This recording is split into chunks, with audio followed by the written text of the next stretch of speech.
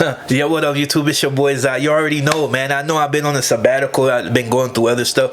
But just to put it out there, you know what I mean? Because I've been seeing this come across social media for quite some time. And it's always an argument about the same thing. If it's not about race and why certain races shouldn't be allowed to participate in certain types of music, why people are not showing solidarity and so on and so forth and blah, blah, blah, blah, blah, blah, blah. And it's always a new podcast that like to jump into the fray. Most have already fell into line and realized that things are a certain way and they're gonna go a certain way, and it's beyond us, to be honest. And when I say it's beyond us, because even when it comes down to just the whole gang politic and period, like I like to see a lot of people, you know, delve into the conversation when it comes to the whole race relation between Mexicanos and blacks, but a lot of times it comes down to gang politics. And for the ones that's not necessarily involved in gang politics, you don't really have no seat at the table. Like, I don't care if you're from the city.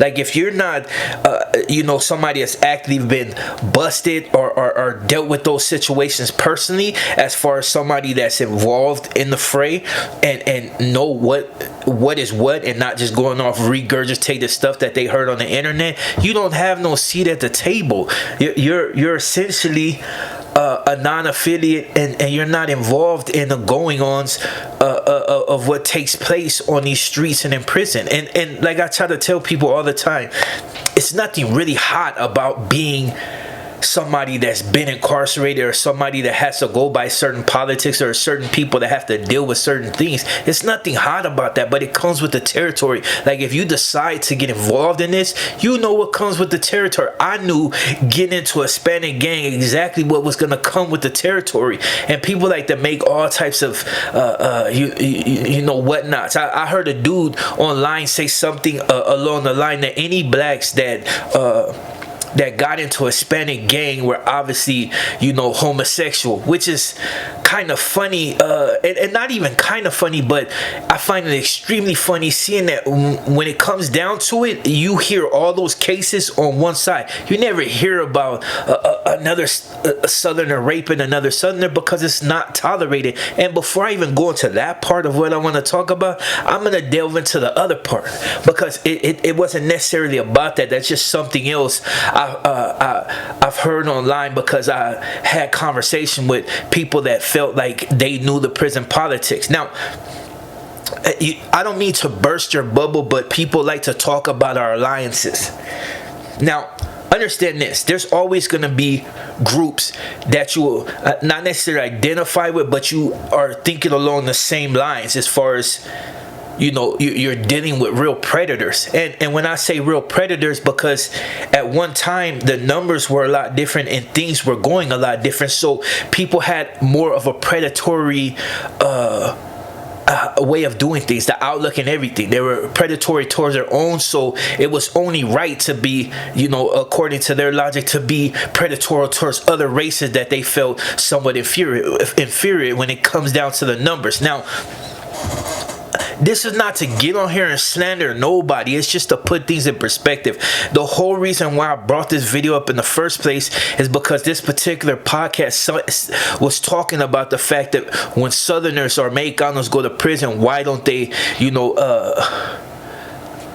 align with the blacks, but yet they, when they align with the whites, like, you align with the whites, but you want to get into our type of music and really act as if you really mess with us, but you don't, because behind them walls you don't. Now, I'm gonna break down the reason, and this is no disrespect to nobody. This is just coming from my perspective and what I've seen and what I've heard and what I've been through. Now, I'm gonna be honest, dude. Homies do mess with people like me, regardless of whether you're running south or not. They mess with people like me. They just don't mess with you. Like, your experience as somebody that may have wanted a certain thing, but they didn't necessarily embrace you in that way. A lot of people, I'm gonna tell you, when it comes down to the homies, a lot of times the homies are standoffish, because your politics and everything that you actually stand for, not everything, but things that you see as nothing are something that the homie just won't tolerate. And I tell you, you got dudes online right now talking about that they actively rub peanut butter in people's butt. That's something that the homies consider homosexuals, and nothing against homosexual, but that's what homies see that as homosexual. You cannot do that being from the South. So most people that run what I run are not gonna want to align themselves with that. That is in fact gay. Like, if you sit there, I don't care if people say, oh, it's to humiliate. No, that's gay, dude. Like, if you actively take a peanut butter pack and rub it in another man's ass, regardless of whether you're trying to make him look bad, it's gay. You know, and the whole reason I say that is because people try to make excuses for their activity. You have to have something in you that makes you that way. It's like and I'll tell you this, and another thing is just things that have transpired in the past. Like, you know, in one particular instance, like, I'm not even gonna name the homie and where it happened, but these are horror stories. You know, in this particular neighborhood, you had, you know, a lot of bomb-looking hyenas. There's a beautiful hyenas from every race, but in this particular neighborhood, you had really beautiful Mexicanas. So a lot of the dudes, I'm not gonna say Bloods or Chris, but they were envious of that fact, and they wanted to be with this particular girl, but they couldn't. So what they do, they waited one night because they got tired of being rejected, and they, you know, they raped her in an alley. Now, of course, the people that had something to do with it, I'm not gonna say whether consequences were handed down or not, but it really opened people's eyes to the type of predatory thinking that a lot of these cats come. It's always been that in a barrel. So when people see you act a certain way, they don't want to necessarily be in line with you. Now, as far as us having allies, there's no real allies for the South. Like, I'm just gonna put that out there for a fact. For one, the people that you saying are allies don't like nobody outside of their own. It's something different, but we ain't finna get into all that. All I'm gonna say is what I'm trying to spell out. I'll tell you another spot that I've been in. Dude was downstairs. I'm not gonna say what prison, but dude was downstairs constantly wrestling and fighting his celllie until he would get tired and then he would rape him. This dude would go to yard, tell his homeboys what was taking place, and the reason I know that is because one of the dudes on the yard I was really straight with ended up telling me what took place after dude took off. Well, this dude was constantly fighting every night, getting his taken from this fool, and he was a big dude too.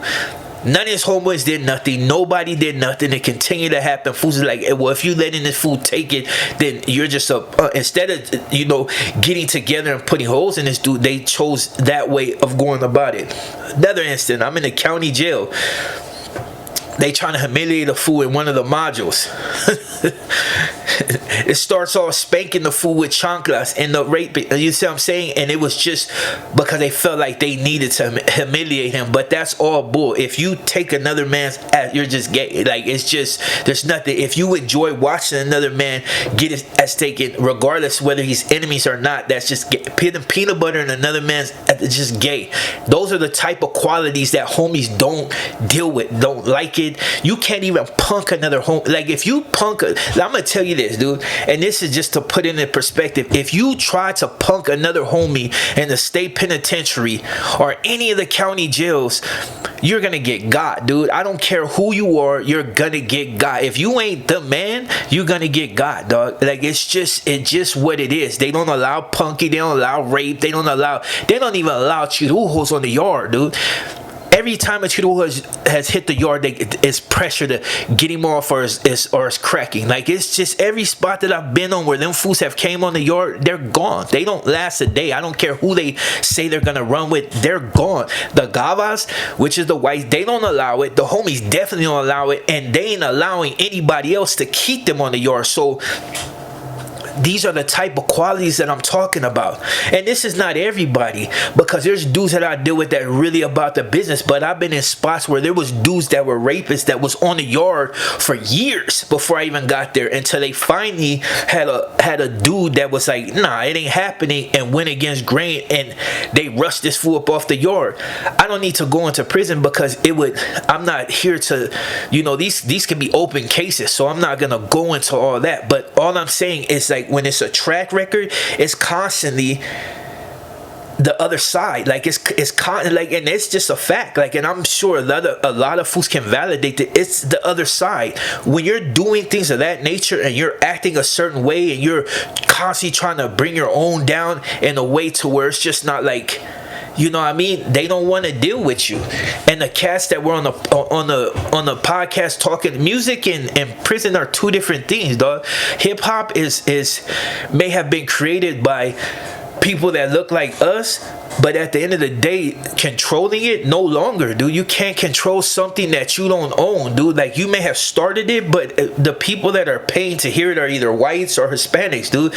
You don't got too many blacks that's actively going out to support it, unless you're like Lil Yachty and things of that nature, where people really are into that music, because the genre is still rap, but it shifts. It's more of an edgy thing. So a lot of youngsters with angst are going into that. But as far as like going to like, it's very rare for you to see the majority of a concert being black. It's the most of it's going to be whites and Hispanics. They're the ones that pay for the music. That's why, and even the females, they're the ones that actually going out there purchase it. That's why when people try to push people away, I be laughing, because I'm like, dude, regardless of your success and the success that you feel you get from your people, it's a lot of other people and the other races that are actually delving deep into your music and everything. Look at Kendrick Lamar.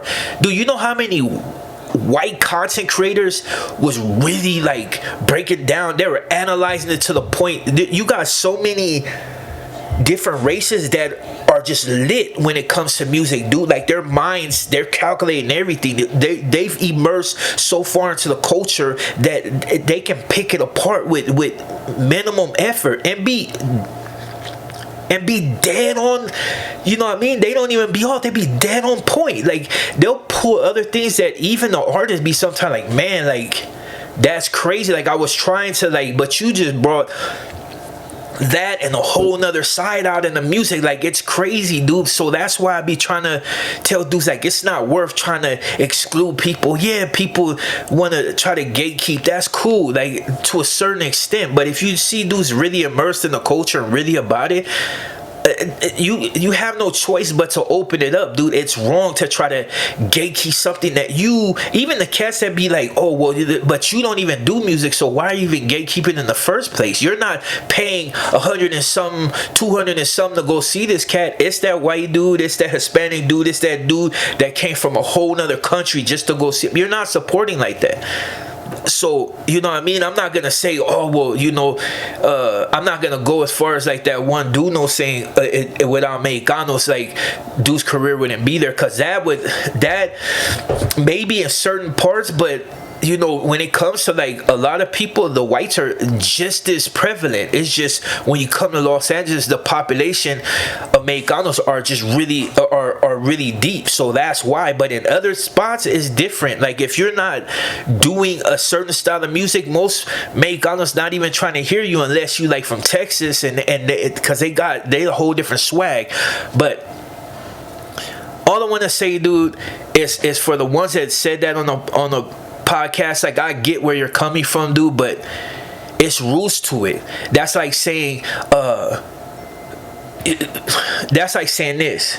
If a dude from 60s is rapping and you're from A-Trade Gangsters, not saying you got beef, but say that, like, you cannot collab with each other at all. You know what I'm saying? But when you go in there, as far as prison, it's different. A sense is the same thing. It's politics, dude. Unfortunately, when it comes to the state penitentiary, our politics are all all-consuming. There ain't nothing breaking it. You're not the river going against an ocean. You're not gonna do that. You're gonna fall in line, just like you fall in line. The same way, if your big homies that got any type of pull tell you, hey, I don't want you doing this, you gonna listen or you gonna get swept. You see what I'm saying? It's like you gonna get swept unless you just like some serious reputable, and that comes with age. I don't care how many fools you kill, it comes with age. That's how you gain that type of reputation. How long you've been around, what you did in the past, and what type of stand-up dude you still are.